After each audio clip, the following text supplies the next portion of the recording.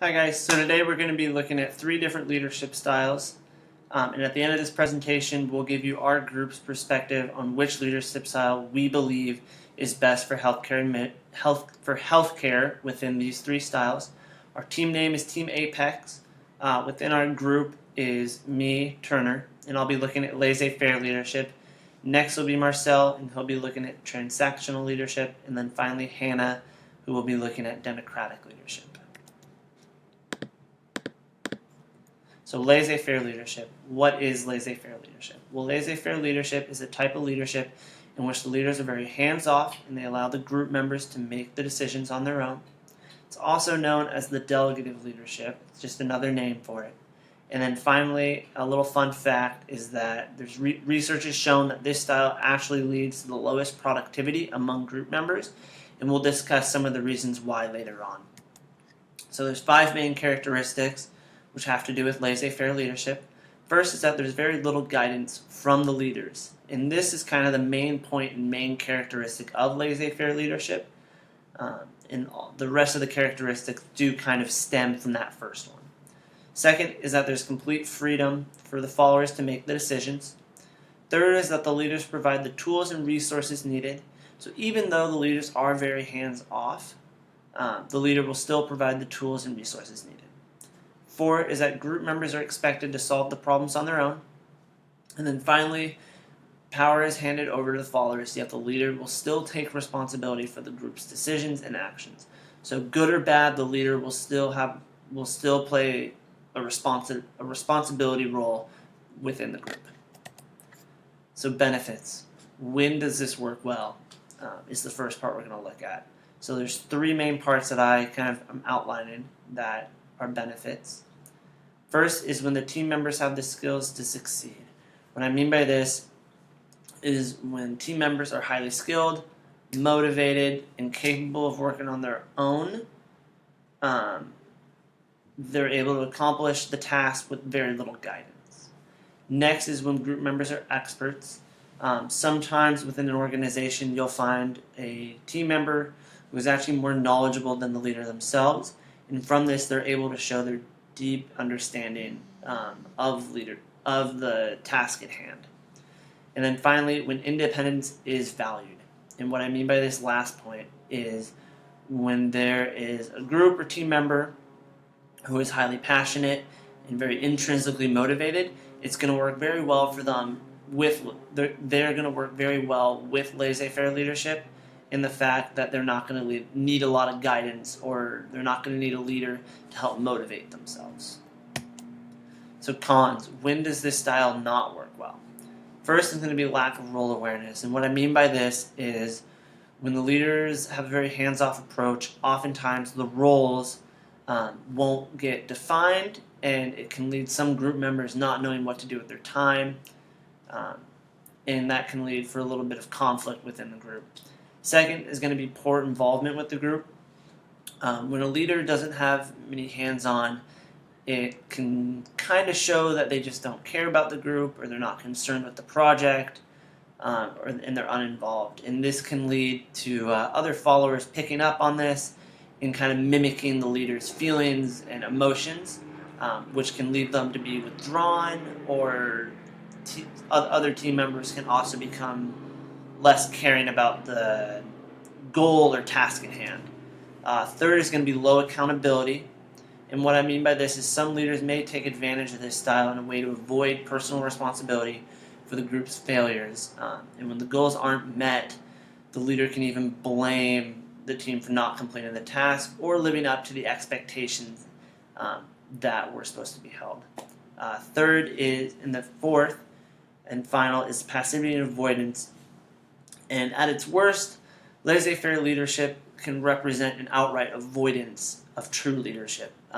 What I mean by this, in some cases, these leaders do nothing to try to motivate the followers. They don't recognize the efforts of the team members and make no attempts at involvement with the group. Either good or bad, they just kind of push it aside and don't take upon any leadership. So that's laissez-faire leadership. Next will be Marcel, and he'll be looking at transactional leadership. Transactional leadership. So transactional leadership is a leadership approach that uses a more reactive approach instead of a proactive approach. It deals with the problem or event as they arise instead of preparing or preventing them. It also utilizes a reward and punishment system in that it rewards those who perform or meet a certain standard while at the same time punishing those who fail to meet those standards or expectations. It also emphasizes a relationship with this workforce by giving clear expectancies and guidelines and rules and procedures on how things should be done or met. Failure to meet those goals uh, will be punished, and those who meet them will actually be rewarded. So it creates an environment where there is a fair deal, where you perform to a certain level or amount, and you will be rewarded for that. There are two main factors or characteristics of this leadership style, in that, again, there is the contingent reward where workers are rewarded for their performance, and then there's management by exception, where that it exerts for deviation in the working environment, where deviations in rules or procedures will cause a response or a corrective action from the leader.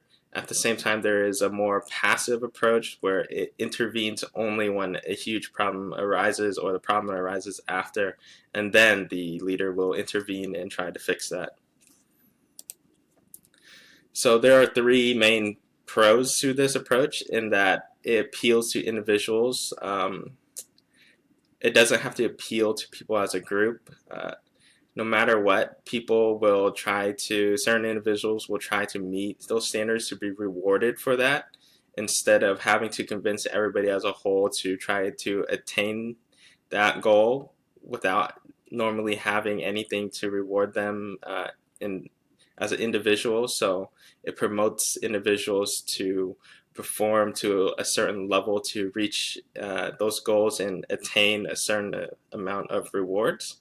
It also enhances the organization, in that it keeps the organization structures and procedures and guidelines very clear, and that it rewards those who follow them and punishes those who fail to follow those.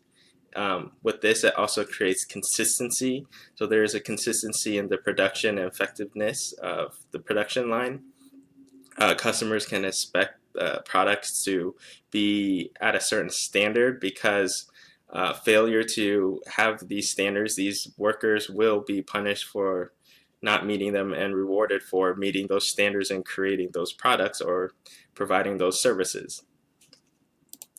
There are a few cons to this leadership styles as well. While consistency is great, it also creates a lack of growth and discourages diversity. While promoting consistency will create a product that is the same and stable, it stops it from advancing and improving to become a different product. And while it allows customers to expect the same product, it also means that the product will not improve to add in new needs or expectations that may the future may want or need. At the same time, again, this approach is reactive, so it waits for the problem to actually arise before it actually tries to stop or fix it. And then again, there is the self-interest problem. Like, while it allows people to be motivated on an individual level, it also creates distrust or tension among the workforce, in that people are now only looking out for themselves instead of as a whole. People are expected to just perform at a certain level as an individual so they can get their own rewards, not worrying about the repercussions it may have on the group as a whole.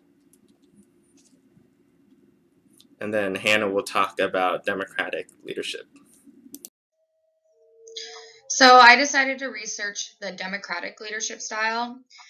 This style is also known as the participative leadership.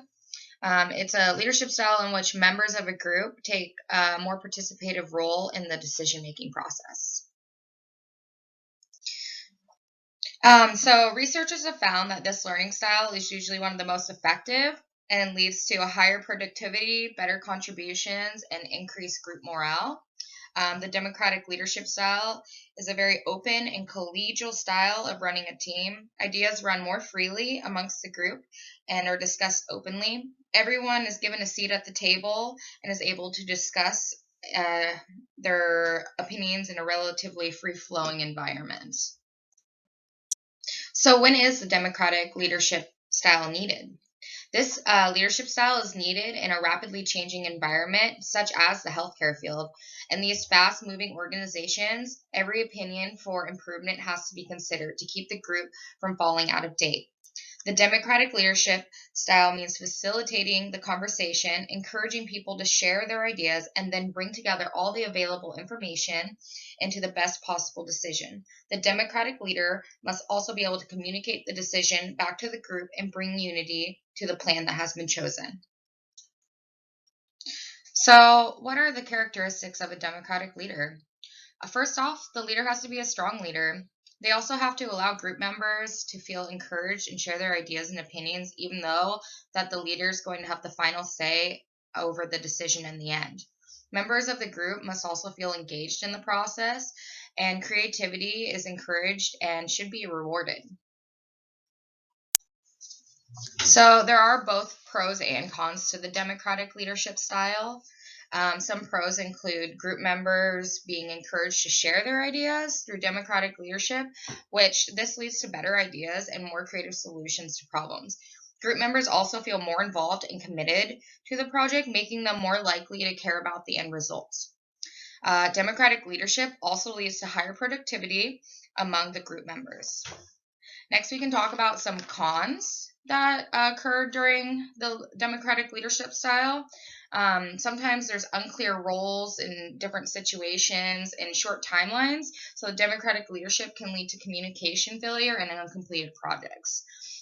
We also have sometimes issues with group members not having the experience to make quality contributions to the decision-making process.